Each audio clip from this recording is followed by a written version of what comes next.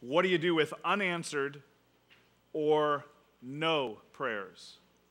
Unanswered or no prayers. What does it do to your faith when God just doesn't answer, or worse yet, he says no? Because most of us have gone through a period of time in our life where we've wanted that car, we've wanted that house, we've wanted that thing, we've wanted this to happen in our life or whatever, only to see God say no, or he didn't answer and it never happened, and then to look back a year or two or a month or two later and go, I'm so glad that I didn't get that house or that car or whatever. Many of you that were looking to buy a house 2 or 3 years ago, you're really glad that you didn't qualify for the loan right now. Others of you got your prayers answered, and you're going, why did God answer that prayer?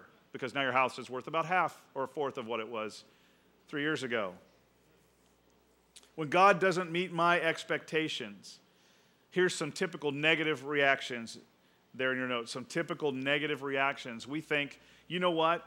God is punishing me. Or you get in a situation where you seriously doubt God. You doubt his care. You doubt his love. You doubt his kindness. You doubt even that he exists. And so you call out to God and go, how could you let this happen to me? How could you let this happen to my kids? How could you let this happen to my marriage? How could you let this happen to my life? Why would you cause something like this to happen? And you know what? If God blows off my prayers, then I'm out of here. If God blows off my prayers like that, I don't want any part of it. And then they run off. And they leave the faith. They leave the church like all of a sudden that's going to hurt the church or hurt God. And they walk away from the only thing that can really help them. And this is where we need, in your notes, to change our perspective, a change of perspective. Because perspective is everything. Think about it. What is good news? Isn't it kind of defined as the antithesis of bad news?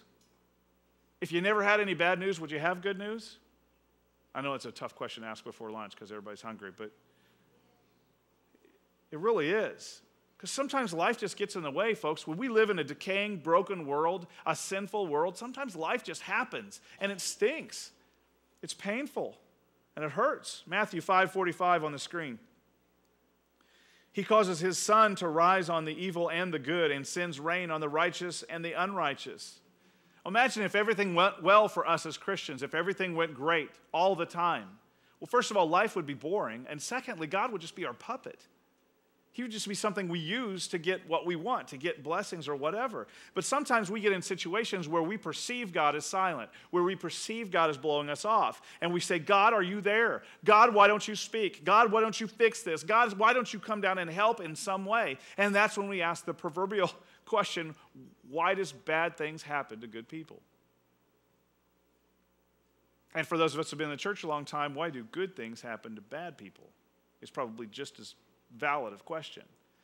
And I did a series on that, why do bad things happen to good people, that's available at the Real Impact. It was a really powerful series. And many others have done that as well that are much better than ours. But it's a good question to ask.